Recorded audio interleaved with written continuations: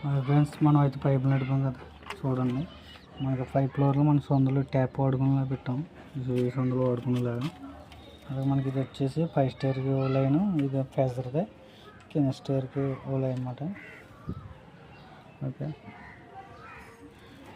ఈ విధంగా అయితే మనం సెట్టింగ్ ఇలా చేసాం.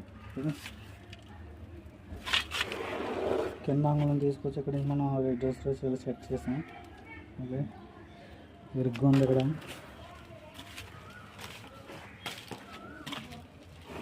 ఇలాగే ఇక్కడ బెజ్జం కొట్టాం. బెజ్జం నుంచి అలాగే బాటిల్ నుంచి అలాగే వెళ్ళింది చూపిస్తాం. ఫ్రెండ్స్ చూసారు కదా ఈ బెజ్జం నుంచి ఇలా వచ్చింది లైన్.